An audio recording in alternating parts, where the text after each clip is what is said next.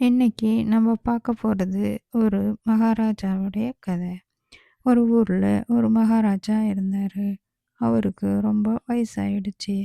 அதனால ராஜா தன்னுடைய மெய்க்காப்பாளனை வரவழைச்சு தன்னுடைய மகனையும் நாட்டையும் பார்த்துக்கிறதுக்கு உறுதுணையா இருக்கணும்னு சொல்லிட்டு இந்த அரண்மனையில் இருக்கிற ஒரு அறைக்கு மட்டும் இளவரசர் போகாம பார்த்துக்கணும்னு சொல்லிட்டு இறந்துட்டாரு. இளவரசுக்கு உறுதுணையா அந்த மெய்க்காப்பாளன் இருந்தாரு. இளவரசரும் நல்லா ஆட்சி பண்ணிக்கிட்டு இருந்தார். ஒரு நாள் அந்த இளவரசர் அந்த அறைய திறக்க சொல்லி அந்த மெய்க்காப்பாளன சொன்னாரு. இளவரசர் அந்த அறைக்குள்ள போன உடனே ரொம்பவும் ஷாக் ஆயிட்டாரு. அந்த அறைக்குள்ள ஒரு இளவரசியுடைய அழகான படம் இருந்துச்சு. அத பார்த்த உடனே இளவரசருக்கு அந்த இளவரசிய கல்யாணம் பண்ணிக்கணும்னு ஆசை வந்துடுச்சு. உடனே இளவரசர் நிறைய பொன்னும் பொருளும் எடுத்துக்கிட்டு கப்பல் வழியா அந்த நாட்டை நோக்கி போனாரு. அந்த இளவரசியை பார்த்துட்டு கல்யாணம் பண்ணிக்கணுன்ட்டு அவர் சொன்னாரு. அதற்கு இளவரசி இந்த பரிசு பொருளை பார்த்துட்டு கல்யாணம் பண்ணிக்கிறது ஒத்துக்கிட்டாங்க. பின்னர் அரசர் பெரிய கப்பலில் அரசியை அழைத்து கொண்டு நாடு திரும்பும் பொழுது, அரசி எல்லோரிடமும் பிரியாவிடைப்பட்டு கொண்டிருக்கும் பொழுது, அங்கே மெய்க்காப்பாளன் மேலே வந்து கொண்டிருந்தான் கப்பலின் மேலே. அப்பொழுது 2 காகங்கள் பேசிக்கொண்டன.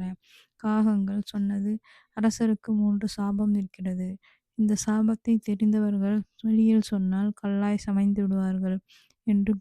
அடுத்த நாள் நாடு திரும்பிய அரசருக்கு இனிதே திருமணம் நடந்தது. திருமணத்தில் முடிந்தபோது திருமணத்தின் போது அங்கேயோ இருந்து வந்த மெய்க்காப்பாளன் அவருடைய அங்கியை கழட்டி நெருப்பில் போட்டான். மிகவும் கோபமடைந்த இளவரசர் ஒன்றும் பேசாமல் அன்று மாலை அரண்மனையில் நடனமாடச் சென்ற இளவரசி மயங்கி கீழே விழுந்தார்.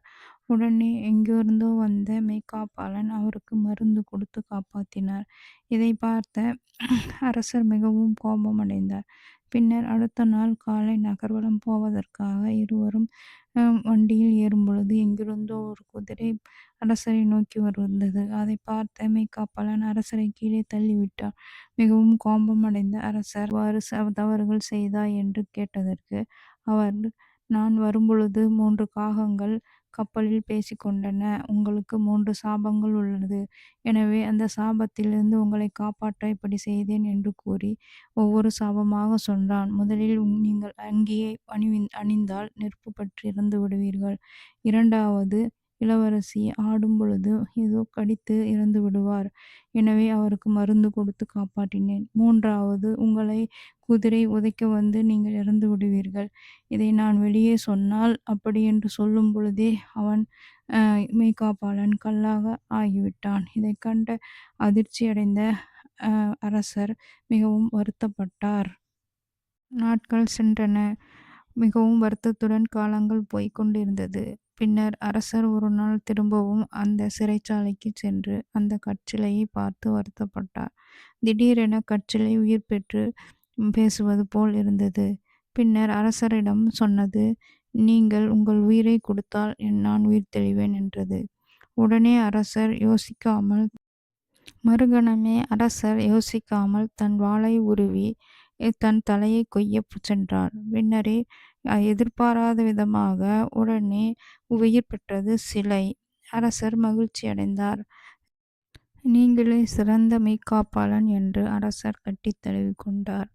பின்னர் அவருடைய அறிவுரையின் பேரில் நல்லாட்சி செய்தார்.